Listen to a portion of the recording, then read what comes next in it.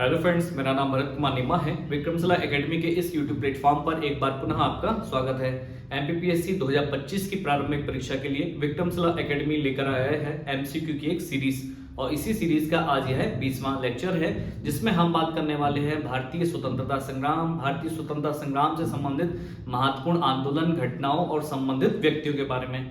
तो यहाँ से एक या दो प्रश्न बिल्कुल डन हैं जो पूछे ही जाते हैं, इसलिए आपको ये लेक्चर एक ध्यान से देखना है। तो आइए हम स्टार्ट करते हैं। आज का पहला प्रश्न है, बंगाल विभाजन किस गवर्नर जनरल के समय लागू हुआ?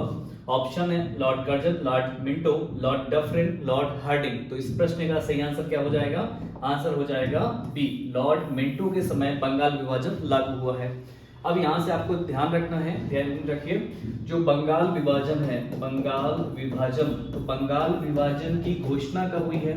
तो बंगाल विभाजन की घोषणा हुई है 19 जुलाई 1905 को। ध्यान रखिएगा, बंगाल विभाजन की घोषणा होती है 19 जुलाई 1905।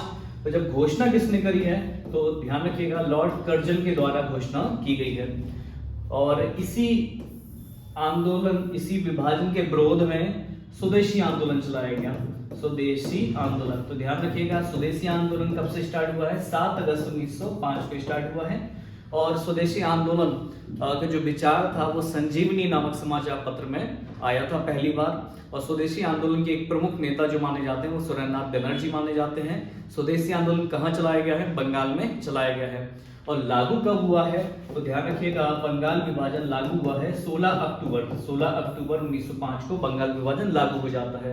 तो यदि प्रश्न पूछता है कि घोषणा किसके समय हुई है, तो लॉर्ड कर्जन के समय हुई है। और लागू किसके समय हुआ है? तो लॉर्ड मिंटो के समय हुआ है। अगले प्रश्न की तरफ पढ़ते हैं। अगला प्रश्न है, भारतीय राष्ट्रीय कांग्रेस के संविधान का निर्माण कब हुआ है? ऑप्शन है 1902, 1905, 1908, 1920।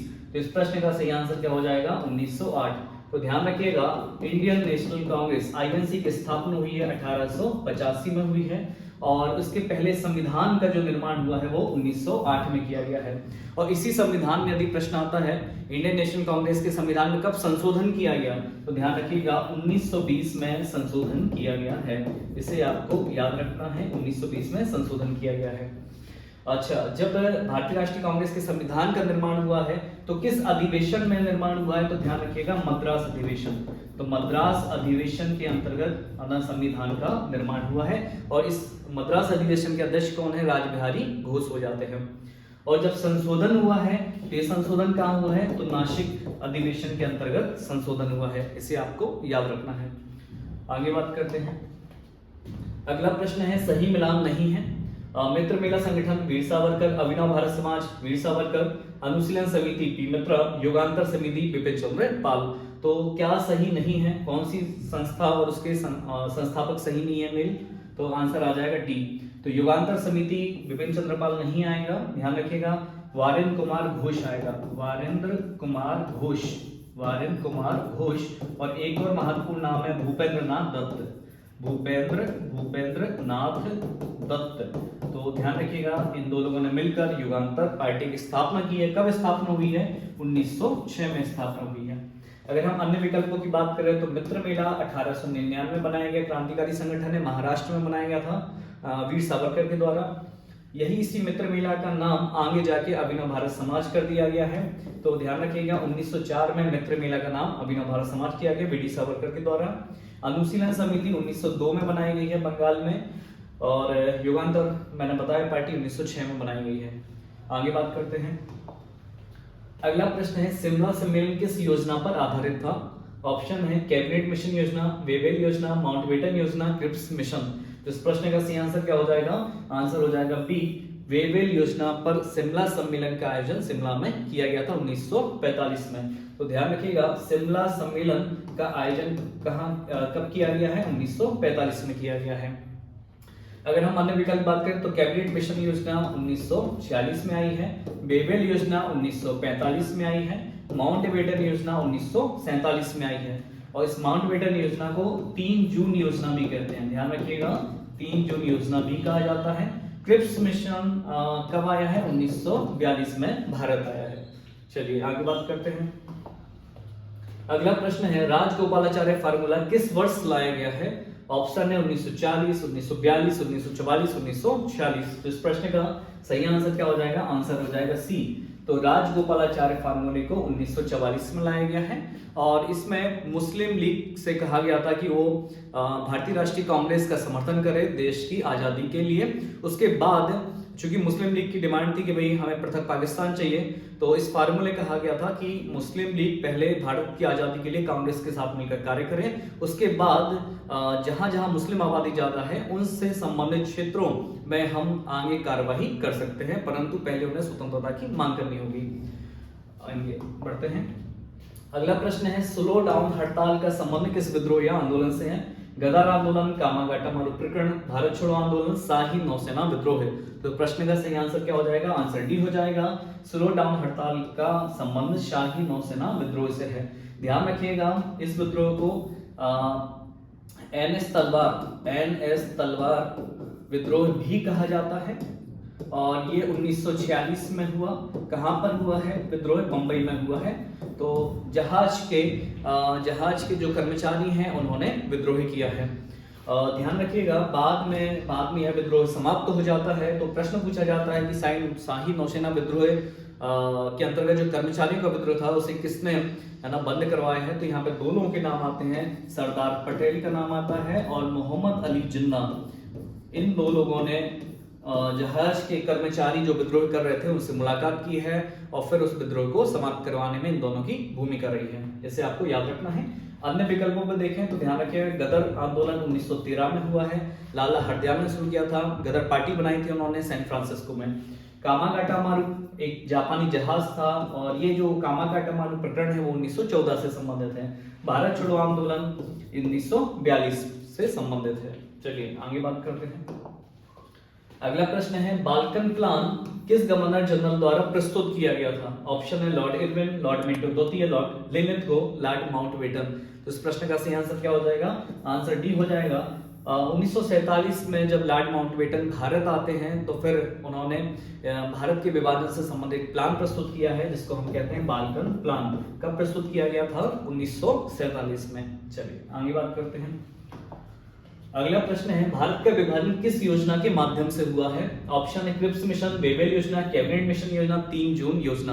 तो इस प्रश्न का सही आंसर क्या हो जाएगा? 3 जून योजना। इस 3 जून योजना को ध्यान रखिएगा माउंटबेटन योजना भी कहते हैं। माउंटबेटन योजना को 3 जून योजना कहते हैं और इसी योजना के माध्यम से भारत और पाकिस्तान नामक 2 गणराज्यों का गठन किया गया है। इसे आपको याद रखना है। चलिए आगे बात करते हैं। अगला प्रश्न है सही मिलान नहीं है। अगस्त घोषणा 1917, अगस्त प्रस्ताव 1940, अगस्त संकल्प 1942, दिल्ली पैक्ट 1932। तो इस प्रश्न का सही आंसर क्या नहीं होगा? आंसर टी हो जाएगा। ध्यान रखिएगा दिल्ली पैक्ट 1932 में नहीं है, ये 1931 में हुआ है, 1931। तो कब हुआ है? 5 मार्च को हुआ है। तो 5 मार्च 1931 को दिल्ली पैक्ट हुआ है। ध्यान रखिएगा इसको गांधी इरविन पैक्ट भी कहा जाता है। Gandhi Irwin pact. तो इरविन कौन है? उस समय के वाइसराय थे, तो गांधी इरविन पैक्ट भी कहा जाता है इसके लिए। ठीक है। और ये क्यों लाया गया था? तो ध्यान रखिएगा सविनय अवज्ञा आंदोलन शुरू हुआ था और 12 मार्च से 6 अप्रैल तक साबरमती से दांडी तक यात्रा निकाली गई है। इसको नमक सत्याग्रह भी कहते हैं और ये आंदोलन बड़ी पीक पर पहुंच जाता है और सरकार यहाँ पे झुकती है और गांधी जी के साथ एक समझौता करने को तैयार हो जाती है। इसी को कहा गया गांधी इरविन पैक्ट या दिल्ली पैक्ट, जो हुआ है 5 मार्च 1931 को। बाकी अगस्त घोषणा 1917 में लाई गई है, ध्यान रखिएगा। अगस्त प्रस्ताव 1940 में है, अगस्त संकल्प 1942 में है। ध्यान रखिएगा यहाँ से भी प्रश्न पूछे जा सकते हैं। अगस्त घोषणा जो लाई गई है ना, ध्यान रखिएगा होम रूल लीग आंदोलन के बाद आई है। होम रूल लीग आंदोलन ये आंदोलन 2 लोगों ने शुरू किया था, एक थे तिलक और एक थी एनी बेसेंट। ध्यान रखिएगा। तो होम रूल लीग आंदोलन मतलब गृह शासन की मांग के लिए हमने होम रूल लीग आंदोलन चलाया था। उसके बाद सरकार ने अगस्त घोषणा लाए जाने की घोषित किया था। अगस्त प्रस्ताव ध्यान रखिएगा लॉर्ड लिनथगो के द्वारा लाया गया है, इसलिए इसको लिनथगो प्रस्ताव भी कहा जाता है। ध्यान रखिएगा लिनथगो प्रस्ताव और अगस्त प्रस्ताव एक ही होता है। चलिए आगे बात करते हैं। अगला प्रश्न है, सांप्रदायिक पंचायत को किस वर्ष लाया गया है? ऑप्शन है 1930, 1932, 1933, 1934। तो इस प्रश्न का सही आंसर क्या हो जाएगा? 1932 में लाया गया था सांप्रदायिक पंचायत। और इसको कुछ अन्य नामों से भी जाना जाता है। इसको मैकडोनाल्ड पंचायत भी कहा जाता है, पंचायत भी कहा जाता है। साथ ही साथ इसको कम्युनल अवार्ड भी कहा जाता है। तो ध्यान रखिएगा, किसी भी नाम से प्रश्न पूछा जा सकता है। और इसके माध्यम से दलितों को पृथक निर्वाचन का अधिकार ब्रिटिश सरकार के द्वारा दिया गया है। मैकडोनाल्ड कौन थे? तो ब्रिटिश प्रधानमंत्री थे। तो ध्यान रखिएगा, 1932 में सांप्रदायिक पंचायत, मैकडोनाल्ड पंचायत या कम्युनल अवार्ड लाया गया है। अगला प्रश्न है, पूना समझौता किसके बीच हुआ है? ऑप्शन है गांधी और इरविन, गांधी और चित्तरंजन, गांधी और अंबेडकर, अंबेडकर और मैकडोनाल्ड। तो इस प्रश्न का सही आंसर क्या हो जाएगा? आंसर सी हो जाएगा।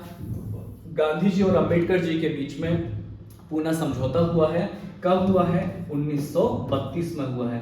तो ध्यान रखिएगा, मैकडोनाल्ड पंचायत जो अभी हमने इसके पहले देखा, तो मैकडोनाल्ड पंचायत के माध्यम से दलितों को पृथक निर्वाचन का अधिकार मिलता है। और इस जब अधिकार दिया जाता है, इस समय गांधी जी पूना की जेल में होते हैं। बाद में गांधी जी और अंबेडकर जी के बीच में पूना समझौता होता है। और इसी समझौते के अंतर्गत ध्यान रखिएगा, पृथक निर्वाचन, इसी समझौते के अंतर्गत पृथक निर्वाचन के स्थान पर संयुक्त निर्वाचन दिए जाने का है ना प्रावधान किया जाता है। इसे आपको याद रखना है। साथ ही साथ तो दलितों के लिए आरक्षित सीटें हैं 73, उनको बढ़ाकर 143 किए जाने पर भी प्रावधान इसी समझौते के अंतर्गत किया जाता है। इसे आपको याद रखना है। आगे बात करते हैं। अगला प्रश्न है, अंग्रेजों द्वारा किस वर्ष दिल्ली में दरबार का आयोजन नहीं किया गया है? ऑप्शन है 1877, 1903, 1911, 1924। तो इस प्रश्न का सही आंसर क्या हो जाएगा? आंसर डी हो जाएगा। 1924 में दिल्ली में कोई भी दरबार का आयोजन नहीं किया गया है। ब्रिटिश सरकार के द्वारा भारत में 3 भव्य दरबार दिल्ली में लगाए गए हैं, जिसमें पहला है 1877 में लगाया गया, ये पहला है। और दूसरा 1903 में लगाया गया और तीसरा 1911 में लगाया गया है। अच्छा, यहाँ से प्रश्न पूछा जा सकता है, जो पहला दरबार लगाया गया वो किस गवर्नर जनरल के शासनकाल में था? तो लॉर्ड लेटन के शासनकाल में था। 1903 के समय गवर्नर जनरल कौन थे? लॉर्ड कर्जन थे। और 1911 के समय गवर्नर जनरल लॉर्ड हार्डिंग थे। इसे आपको याद रखना है। जो पहला दरबार लगाया गया था, इस दरबार के अंतर्गत जो ब्रिटिश रानी है उन विक्टोरिया, उन्हें भारत की साम्राज्ञी घोषित किया गया था। इसे आपको याद रखना है। तो पहले दरबार के अंतर्गत लॉर्ड लेटन के द्वारा ब्रिटिश रानी विक्टोरिया को भारत की महारानी घोषित किया गया है। दूसरे दरबार के अंतर्गत लॉर्ड कर्जन ने ब्रिटिश सम्राट थे एडवर्ड 7, उनको है ना भारत का राजा घोषित किया है। और लॉर्ड हार्डिंग के समय ब्रिटिश सम्राट जॉर्ज पंचम, उनकी पत्नी महारानी मेरी भारत आए हैं। और इसी दिल्ली दरबार के अंतर्गत ध्यान रखिएगा, इसी दिल्ली दरबार के अंतर्गत, तीसरे दिल्ली दरबार के अंतर्गत बंगाल विभाजन की घोषणा को रद्द कर दिया जाता है। तो बंगाल विभाजन को कब रद्द किया गया? ध्यान रखिएगा, 1911 में रद्द किया गया है दिल्ली दरबार के अंतर्गत। चलिए आगे बात करते हैं। अगला प्रश्न है, तहकीकात समिति का संबंध किस आंदोलन से है? ऑप्शन है अलीपुर सड़न केस, जलियांवाला बाग हत्याकांड, शाही नौसेना विद्रोह, भारत छोड़ो आंदोलन। तो इस प्रश्न का सही आंसर क्या हो जाएगा? आंसर बी हो जाएगा, जलियांवाला बाग हत्याकांड। ध्यान रखिएगा, ये जो जलियांवाला बाग हत्याकांड है ये कब हुआ है? तो 13 अप्रैल को हुआ है, 13 अप्रैल 1919 में हुआ है। और इस जलियांवाला बाग हत्याकांड की जांच के लिए 2 समितियों का गठन किया गया था। एक कांग्रेस की तरफ से, आईएनसी की तरफ से तहकीकात कमेटी है। और दूसरा अंग्रेज सरकार की तरफ से एक कमेटी थी जिसको हम कहते हैं हंटर कमेटी। ठीक है, ध्यान रखिएगा। तो प्रश्न किससे है ना? तहकीकात से है ये जलियांवाला बाग हत्याकांड। ध्यान रखिएगा, यहाँ से पूछा जा सकता है कि जो तहकीकात समिति थी इसमें कितने सदस्य थे? तो ध्यान रखिएगा, इसमें 3 सदस्य थे। और इसमें 3 में एक कौन थे? मोतीलाल नेहरू थे। और दूसरे सदस्य कौन थे आपके? मदन मोहन मालवीय। ध्यान रखिएगा, मालवीय। और ध्यान रखिएगा, मदन मोहन मालवीय की अध्यक्षता में ही इस कमेटी का गठन किया गया था। इसे आपको याद रखना है। यदि हम बात करें हंटर समिति की, तो इसमें 8 सदस्य थे। ध्यान रखिएगा, 8 सदस्य थे। 8 में से 5 अंग्रेज थे और 3 भारतीय थे। तो 3 भारतीयों के नाम ध्यान रखिएगा, एक चमनलाल सीतलवाड़ है, दूसरे हैं साहबजादा सुल्तान अहमद और तीसरे हैं जगत नारायण। यहाँ से प्रश्न पूछा जा सकता है। चलिए आगे बात करते हैं। अगला प्रश्न है, लंदन में इंडिया हाउस की स्थापना किसके द्वारा की गई थी? ऑप्शन है वीर सावरकर, वारेन कुमार घोष, लाला हरदयाल, श्याम जी कृष्ण वर्मा। तो इस प्रश्न का सही आंसर क्या हो जाएगा? आंसर हो जाएगा डी, श्याम जी कृष्ण वर्मा के द्वारा लंदन में इंडिया हाउस की स्थापना की गई थी। दूसरा प्रश्न यहाँ से पूछा जा सकता है, ध्यान रखिएगा, श्याम जी कृष्ण वर्मा ने लंदन में ही इंडियन सोशियोलॉजिस्ट नामक समाचार पत्र निकाला था, इसे भी आपको याद रखना है। चलिए बाकी वीर सावरकर के बारे में आप जानते हो, इन्होंने मित्र मेला संगठन बनाया है और अभिनव भारत समाज बनाया है। वारेन कुमार घोष है ना, ये अनुशीलन समिति से भी संबंधित रहे हैं, युगांतर से भी संबंधित रहे हैं। लाला हरदयाल, इन्होंने गदर आंदोलन संचालित किया है। चलिए आगे बात करते हैं। अगला प्रश्न है, मुरारी पुकुर षड्यंत्र या मणिक टोला बम षड्यंत्र केस किस वर्ष से संबंधित है? 1908, 1909, 1910, 1911। इस प्रश्न का सही आंसर क्या हो जाएगा? 1908 हो जाएगा। ध्यान रखना, इसी को अलीपुर षड्यंत्र केस भी कहा जाता है, अलीपुर षड्यंत्र केस। और इसी केस के अंतर्गत ध्यान रखिएगा, इसी केस के अंतर्गत अनुशीलन समिति के लगभग 38 लोगों को गिरफ्तार किया गया था। और इसी केस के अंतर्गत आपके अरविंदो घोष की भी गिरफ्तारी हुई थी, अरविंदो घोष की भी गिरफ्तारी की गई थी। तो अरविंदो घोष को गिरफ्तार कर लिया गया। बाद में फिर जब ये जेल से छूटते हैं तो फिर उन्होंने संन्यास ले लिया है राजनीति से और बाद में पांडिचेरी चले जाते हैं। पांडिचेरी में ओराविले आश्रम की स्थापना करते हैं, जो अध्यात्म का एक बड़ा केंद्र बन जाता है। ध्यान रखिएगा, तो पांडिचेरी में इनके द्वारा ओराविले या अरविंदो आश्रम भी कहते हैं, तो ओराविले आश्रम की स्थापना की जाती है। ध्यान रखिएगा। एक प्रश्न और पूछा जाता है, ध्यान रखिएगा, अरविंदो घोष के बारे में यदि हम बात करें तो इनकी एक प्रसिद्ध रचना है जिसको हम कहते हैं सावित्री। तो ध्यान रखिएगा, सावित्री नाम की रचना अरविंदो घोष के द्वारा लिखी गई है। वैसे तो और भी है, लेटर्स ऑन द योगा भी इनकी एक महत्वपूर्ण पुस्तक है, द मदर भी एक महत्वपूर्ण पुस्तक है। इन्हीं सब चीजों को आपको याद रखना है। चलिए आगे बात करते हैं। अगला प्रश्न है, मुजफ्फरपुर षड्यंत्र केस से संबंधित थे, कौन संबंधित है? खुदीराम बोस, प्रफुल्ल चाकी, दोनों, अनंत लक्ष्मण कन्हरे। इस प्रश्न का सही आंसर क्या हो जाएगा? आंसर सी हो जाएगा। ध्यान रखिएगा, खुदीराम बोस और प्रफुल्ल चाकी ने ही मुजफ्फरपुर षड्यंत्र केस को अंजाम दिया है। तो यह केस कब से संबंधित है, किस वर्ष से संबंधित है? तो ध्यान रखिएगा 1908 में। और मुजफ्फरपुर के जज थे किंग्सफोर्ड है ना, तो किंग्सफोर्ड की गाड़ी पर है ना बम फेंका गया था, पर वह बम है ना किंग्सफोर्ड पर ना गिरकर थोड़ा सा आगे गिरा, जिससे 2 महिलाओं की मृत्यु हो जाती है। तो खुदीराम बोस, ध्यान रखिए, सबसे महत्वपूर्ण प्रश्न है, खुदीराम बोस को बाद में फांसी हो जाती है और देश के लिए शहीद होने वाले सबसे कम उम्र के स्वतंत्रता सेनानी बनते हैं खुदीराम बोस। इसे आपको याद रखना है। अनंत लक्ष्मण कन्हरे के बारे में भी हम बात करें तो इनका संबंध नासिक षड्यंत्र केस से है। ध्यान रखिएगा, नासिक षड्यंत्र केस से संबंधित व्यक्ति कौन है? अनंत लक्ष्मण कन्हरे हैं। चलिए आगे बात करते हैं। अगला प्रश्न है, हावड़ा शिवपुर षड्यंत्र केस में किस संस्था के सदस्य शामिल थे? अनुशीलन समिति, अभिनव भारत समाज, गदर पार्टी, हिंदुस्तान रिपब्लिकन एसोसिएशन। तो इस प्रश्न का सही आंसर क्या हो जाएगा? आंसर हो जाएगा ए, अनुशीलन समिति। तो ध्यान रखिएगा, हावड़ा शिवपुर षड्यंत्र केस कब हुआ है? सबसे पहली बात 1910 में हुआ है। कहां पर हुआ है? कलकत्ता में हुआ है, कलकत्ता। और इसमें अनुशीलन समिति के सदस्य शामिल थे। दूसरी बात करें तो ध्यान रखिएगा, अनुशीलन समिति कब बनी है? तो आप जानते हैं 1902 में बनी है, पी मित्रा के द्वारा बनाई गई है बंगाल में। अभिनव भारत समाज 1904 में बना है वीर सावरकर के द्वारा। गदर पार्टी 1913 में बनाई गई है सैन फ्रांसिस्को में लाला हरदयाल के द्वारा। हिंदुस्तान रिपब्लिक संगठन HRAS को कहा जाता है, ये 1924 में बनाया गया है सचिंद्र सान्याल के द्वारा। और यही HRA आगे जाकर 1928 में HSRA बन जाता है भगत सिंह के द्वारा। चलिए आगे बात करते हैं। अगला प्रश्न है, दिल्ली षड्यंत्र केस से संबंधित क्रांतिकारी थे। ऑप्शन है बाल मुकुंद, रासबिहारी बोस, मास्टर अमीचंद, उपरोक्त सभी। तो इस प्रश्न का सही आंसर क्या हो जाएगा? आंसर डी हो जाएगा। दिल्ली षड्यंत्र केस, सबसे पहले ध्यान रखिएगा, इसको दिल्ली लाहौर षड्यंत्र केस के नाम से भी जाना जाता है, दिल्ली लाहौर षड्यंत्र केस के नाम से भी जाना जाता है। और इसके अंतर्गत क्या किया गया था?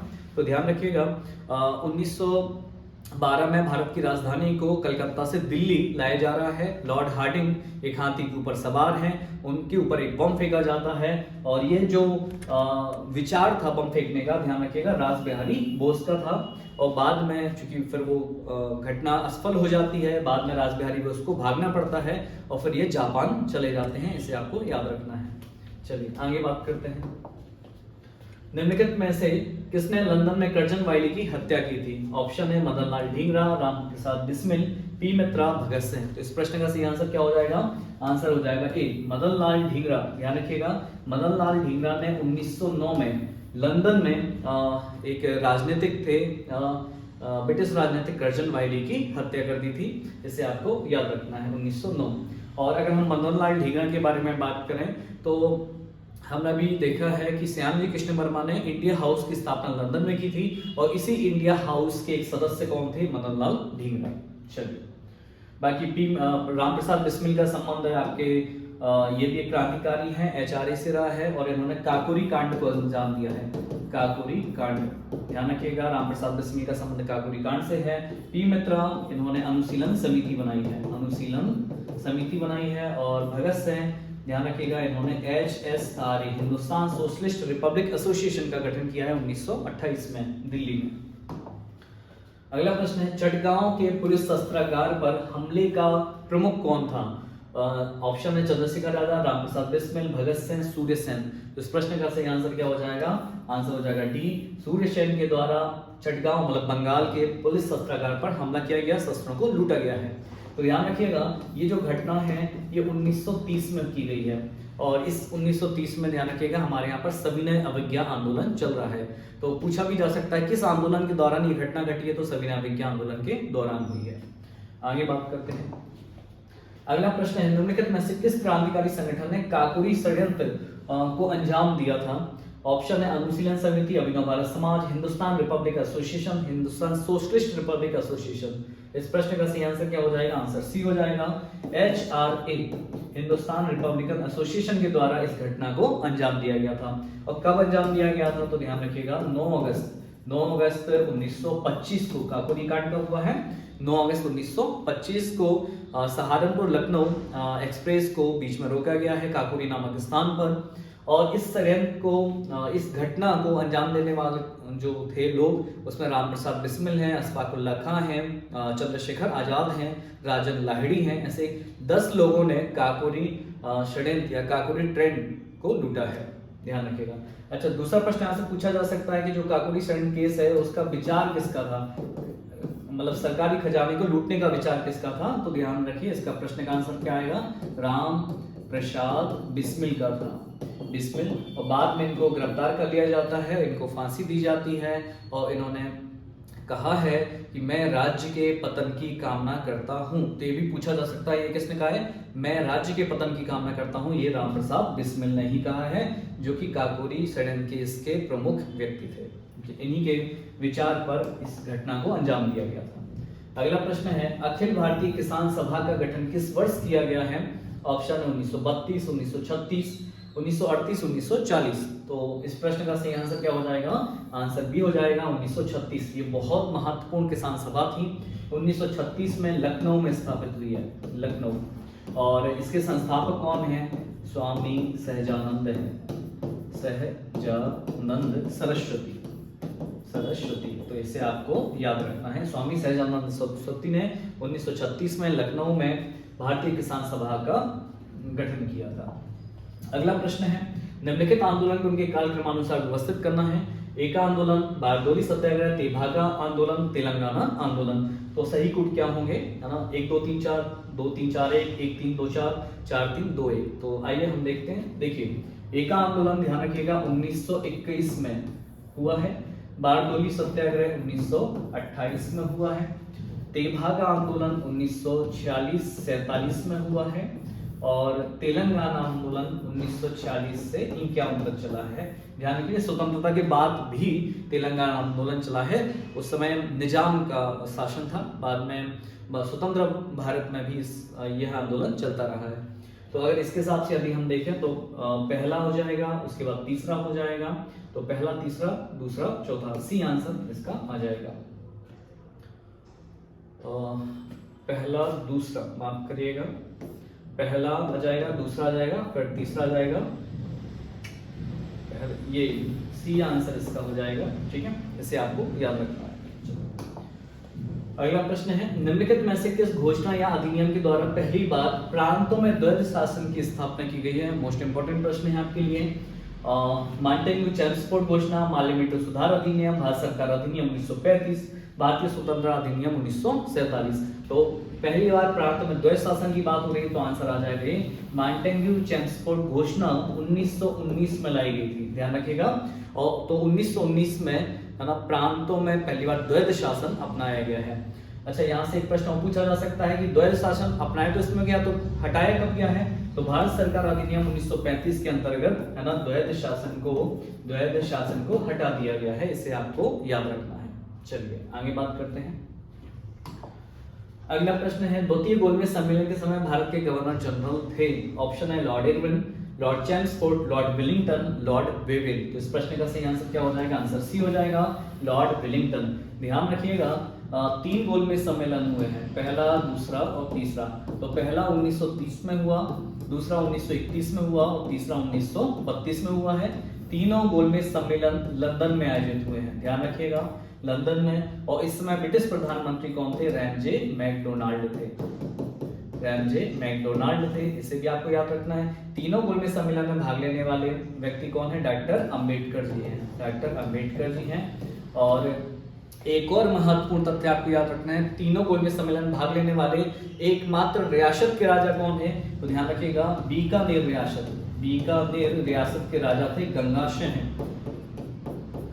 सिंह। तो बीकानेर रियासत के राजा गंगा सिंह एकमात्र शासक माने जाते हैं जिन्होंने तीनों गोलमेज सम्मेलन में भाग लिया है। अगर हम बात करें तो पहले गोलमेज सम्मेलन में गवर्नर जनरल लॉर्ड इरविन थे, और बाकी में दूसरे और तीसरे में लॉर्ड विलिंगटन गवर्नर जनरल रहे हैं। और ध्यान रखिएगा, एक प्रश्न पूछा जाता है, इंडियन नेशनल कांग्रेस ने केवल और केवल दूसरे गोलमेज सम्मेलन में भाग लिया है, और कांग्रेस की तरफ से भाग लेने के लिए गांधी जी लंदन गए हैं। इन सभी प्रश्न आपके लिए महत्वपूर्ण हैं। आगे बात करते हैं। अगला प्रश्न है, निम्नलिखित में से किस रियासत के महाराजा ने तीनों गोलमेज सम्मेलन में भागीदारी की है? जोधपुर रियासत, हैदराबाद, बीकानेर, जूनागढ़। अभी हमने बात की इस प्रश्न पर, तो आंसर आ जाएगा सी, बीकानेर रियासत के महाराजा थे आपके गंगा सिंह। तो गंगा सिंह ने तीनों ही गोलमेज सम्मेलन में भाग लिया है, और इनके अलावा डॉक्टर अंबेडकर जी ने भी तीनों गोलमेज सम्मेलन में भाग लिया है। आगे बात करते हैं। गांधी इरविन समझौते में मध्यस्थता की भूमिका निभाने वाले व्यक्ति कौन है? बड़ा महत्वपूर्ण है। मोतीलाल नेहरू, तेज बहादुर सप्रू, जवाहरलाल नेहरू और चित्तरंजन दास। तो इस प्रश्न का सही आंसर क्या हो जाएगा? आंसर बी हो जाएगा, तेज बहादुर सप्रू। ध्यान रखिएगा, बहुत बड़े वकील रहे हैं, कानून के ज्ञाता भी थे ये, है ना। तो इन्होंने गांधी इरविन समझौते में मध्यस्थता की भूमिका निभाई है। और गांधी इरविन समझौता, अभी हमने बात करी थी, इसको दिल्ली पैक्ट के नाम से जाना जाता है। और कब हुआ है? 1931, 5 मार्च 1931 को यह समझौता हुआ। और इसी समझौते के माध्यम से, ध्यान रखिएगा, इसी समझौते के माध्यम से सविनय अवज्ञा आंदोलन को गांधी जी द्वारा वापस ले लिया जाता है। चलिए आगे बात करते हैं। अगला प्रश्न है, गुरुकुल कांगड़ी की स्थापना किसके द्वारा की गई थी? स्वामी दयानंद, स्वामी विवेकानंद, स्वामी श्रद्धानंद, स्वामी सहजानंद। तो इस प्रश्न का सही आंसर क्या हो जाएगा? आंसर सी हो जाएगा, स्वामी श्रद्धानंद के द्वारा गुरुकुल कांगड़ी की स्थापना, ध्यान रखिएगा, 1902 में की गई थी। ठीक है। और अगर हम बात करें स्वामी श्रद्धानंद की, तो स्वामी श्रद्धानंद एक बहुत बड़े आर्य समाज के नेता माने जाते हैं, आर्य समाजी थे। और इन्होंने कई सारे आंदोलन चलाए हैं, है ना। दिल्ली के लाल किले पर इन्होंने भाषण दिया है ना। बाद में फिर स्वामी श्रद्धानंद की गोली मारकर हत्या कर दी जाती है 1926 में। और एक और महत्वपूर्ण तथ्य जो आपको याद रखना है, स्वामी श्रद्धानंद ने भारतीय शुद्धि सभा का गठन किया था 1923 में। तो जैसा कि हम जानते हैं कि शुद्धि आंदोलन दयानंद सरस्वती के द्वारा चलाया गया है, और जो आर्य समाज के संस्थापक थे उन्हीं के कार्य को आगे बढ़ाया है स्वामी श्रद्धानंद ने। और शुद्धि आंदोलन के लिए उन्होंने भारतीय शुद्धि सभा का गठन किया 1923 में। इसे भी आपको याद रखना है। आगे बात करते हैं। अगला प्रश्न है सही मिलान नहीं है। इंडिया डिवाइडेड, राजेंद्र प्रसाद ये पुस्तक के लेखक। Unhappy India, Lala Lajpat Rai. जाति का उन्मूलन, Ambedkar. India wins freedom, Subhash. तो कौन सा सही मिलान नहीं है? इस प्रश्न का सही आंसर हो जाएगा डी। ध्यान रखिएगा, इंडिया विंस फ्रीडम ये महत्वपूर्ण पुस्तक किसकी है? सुभाष की नहीं है, अबुल कलाम आजाद की पुस्तक है। अबुल कलाम आजाद, ध्यान रखिएगा, ये स्वतंत्र भारत के पहले शिक्षा मंत्री माने जाते हैं, शिक्षा मंत्री ही थे, है ना। और आपको याद रखना है एक प्रश्न और, सबसे युवा अध्यक्ष माने जाते हैं अबुल कलाम आजाद, भारतीय राष्ट्रीय कांग्रेस के। चलिए आगे बात करते हैं। अगला प्रश्न है सही मिलान नहीं है। साइमन गोबेक, लाला लाजपत राय, ये नारी से संबंधित प्रश्न है। सत्यमेव जयते, मदन मोहन मालवीय। इंकलाब जिंदाबाद, भगत सिंह। सरफरोशी की तमन्ना, मोहम्मद इकबाल। तो कौन सा सही नहीं होगा? तो साइमन गोबेक, लाला लाजपत राय बिल्कुल सही है। सत्यमेव जयते का नारा मदन मोहन मालवीय के द्वारा दिया गया है। हिंदू महासभा का गठन भी मदन मोहन मालवीय ने किया था, याद रखिएगा। इंकलाब जिंदाबाद भगत सिंह का नारा है, बिल्कुल सही बात है। सरफरोशी की तमन्ना नहीं, ये मोहम्मद इकबाल का नहीं है, मोहम्मद इकबाल का है सारे जहां से अच्छा हिंदुस्तान हमारा। और सरफरोशी की तमन्ना राम प्रसाद बिस्मिल का नारा है, राम प्रसाद बिस्मिल, ध्यान रखिएगा, राम प्रसाद बिस्मिल का नारा है सरफरोशी की तमन्ना। चलिए आज के लिए फिर इतना ही। आगे भारतीय स्वतंत्रता संग्राम से संबंधित एक और लेक्चर में हम विभिन्न प्रश्नों के बारे में बात करेंगे। आपके लिए बड़े महत्वपूर्ण प्रश्न हैं, एमपीपीएससी में 1 से 2 प्रश्न यहाँ से पूछे जाते हैं। आप सभी का बहुत बहुत धन्यवाद।